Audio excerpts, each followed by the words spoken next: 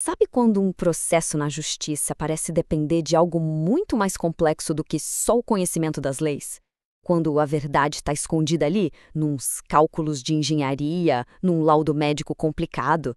Pois é exatamente nesse ponto onde a ciência e a justiça se encontram que a gente acha perícia judicial. Ok, para a gente entender bem esse universo, a gente vai passar pelo dilema do juiz, depois ver a solução que a lei traz, quem é o perito, como tudo funciona na prática e, claro, qual o impacto disso tudo no nosso sistema de justiça.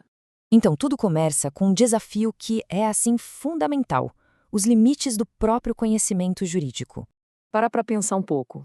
Como é que um juiz, que é um baita especialista em direito, pode dar uma sentença justa num caso que envolve um erro de cálculo numa obra, ou a causa de uma falha no equipamento, ou, sei lá, uma fraude financeira super complexa? A justiça do caso depende de uma verdade que está totalmente fora da área de especialização dele.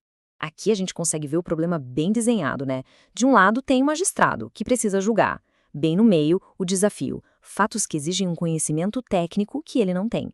E aí, do outro lado, a solução que a própria lei criou para preencher exatamente essa lacuna. E é aí que entra a solução que eu diria que é uma solução bem elegante que o sistema de justiça desenvolveu: a perícia judicial. Ela é basicamente a ponte entre os fatos técnicos e a lei. Mas o que é a perícia, na essência? Bom, ela é um meio de prova. É como se fosse uma ferramenta, uma investigação técnica mesmo, que acontece dentro do processo para iluminar esses pontos cegos. O grande objetivo é pegar fatos complicados e transformar em informação clara para a decisão do juiz ser a mais correta possível. Dá para a gente entender o conceito em três partes, para ficar bem claro. Primeiro, é um meio de prova com o mesmo peso de um documento ou de uma testemunha. Segundo, é uma investigação técnica super rigorosa e objetiva. E terceiro, tem um objetivo final bem definido, que é dar para o juiz as ferramentas que ele precisa para uma decisão justa. E olha, isso não é só uma ideia, uma coisa que seria bom ter. Não, é lei. O artigo 156 do Código de Processo Civil deixa isso bem claro. A perícia não é uma opção, é uma determinação da lei para garantir que a verdade venha à tona. E quando que ela é usada? Bom, em um monte de situação. Desde calcular valores numa ação trabalhista, até avaliar o estrago no imóvel, ou analisar a incapacidade de alguém para a previdência, ou até investigar uma fraude contábil. Em todos esses casos, só papel e testemunha não resolvem, né? Mas quem é que faz tudo isso acontecer? Quem é essa figura tão central nesse processo todo? Vamos falar um pouco do protagonista dessa história: o perito judicial. O mais importante de tudo é o seguinte: o perito trabalha em cima de três pilares que são fundamentais. Imparcialidade, porque ele não está ali para defender ninguém. Independência técnica, para ele usar o método que achar correto. E responsabilidade profissional, porque o único compromisso dele é com a verdade. Ele é um auxiliar da justiça. Ponto. E o legal é que a variedade de especialistas que a justiça pode chamar é enorme. A gente está falando de engenheiros, médicos, contadores, psicólogos, especialistas em informática. Olha, praticamente qualquer área do saber pode ser chamada para ajudar a encontrar a verdade. Para entender como todo mundo se encaixa, a gente pode pensar nisso como um ecossistema. Lá no topo está o juiz, que decide.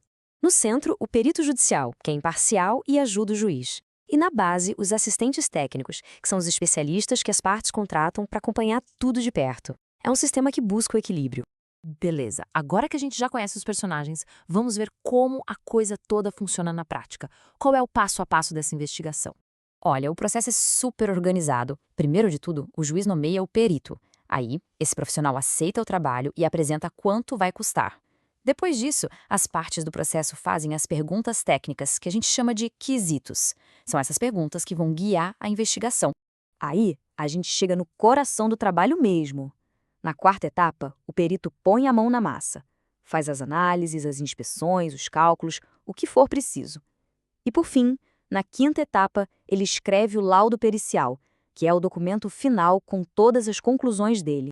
E é importante dizer que esse laudo não é um relatório qualquer, não. Ele tem que ser super completo. Tem que mostrar qual foi a metodologia usada, todas as análises que foram feitas, responder direitinho aqueles quesitos das partes e, o mais importante, apresentar as conclusões técnicas definitivas.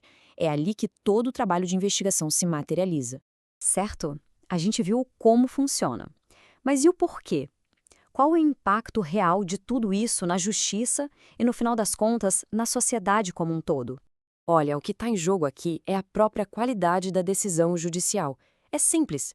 Sem a perícia, imagina, as sentenças sobre esses assuntos complexos poderiam ser baseadas em achismo, em informações incompletas ou, pior ainda, em informações erradas. Então, o resultado direto de todo esse trabalho é que o sistema de justiça fica mais forte. A gente está falando de mais segurança jurídica, de decisões mais justas e, claro, de uma qualidade muito maior nas sentenças. São benefícios bem concretos para todo mundo. No fim das contas, dá para pensar na perícia judicial como aquela peça do quebra-cabeça que faltava, sabe? Aquela que conecta perfeitamente o mundo da ciência com o mundo do direito. Não é só um procedimento burocrático, é um instrumento vital para apoiar a justiça. Isso tudo leva a gente para uma reflexão final, né? Ao garantir que as decisões sejam baseadas em fatos objetivos, em dados concretos, de que forma a perícia técnica não ajuda a construir a confiança de todo mundo nas nossas instituições? No fundo, é a ciência a serviço de uma justiça mais forte e muito mais confiável.